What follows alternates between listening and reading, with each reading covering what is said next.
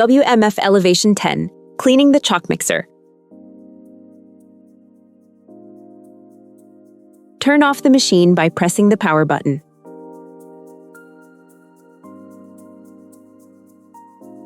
Use the key to open the machine on the right side, then fold the display to the side.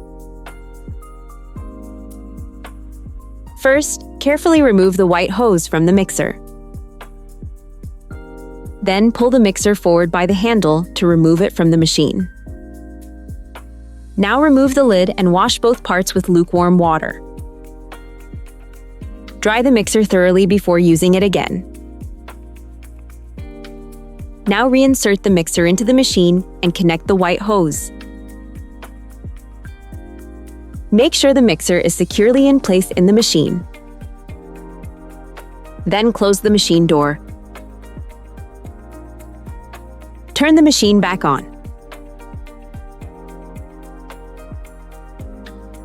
The Choc Mixer is now clean, and your machine is ready to use again.